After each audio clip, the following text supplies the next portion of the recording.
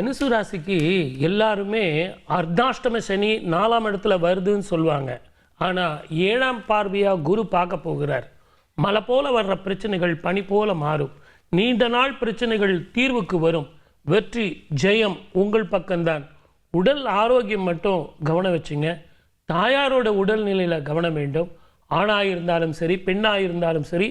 தனுசு ராசிக்காரர்கள் காட்டில் அடமழை, அந்த அடமழையை சீரும் சிறப்புமாக நம்ம எடுத்துக்கணும் அப்படின்னா பிரம்மபுரீஸ்வரர் திருக்கோவில் நான் ஏற்கனவே சொன்னேன் இல்லைங்களா, அந்த சுவாமிக்கு தயவு செஞ்சு என்னுடைய நேயர்கள், தனுசு ராசி நேயர்கள், உங்களால் எவ்வளவு பேர் போக முடியுமோ அந்த கோயிலுக்கு போங்க.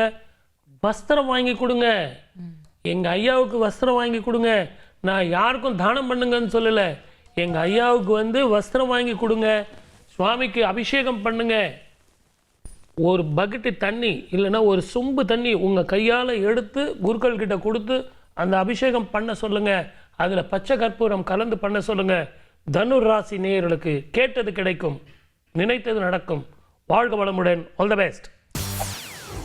செய்திகளை உடனுக்குடன் தெரிந்து கொள்ள உடனே சப்ஸ்கிரைப் பண்ணுங்க.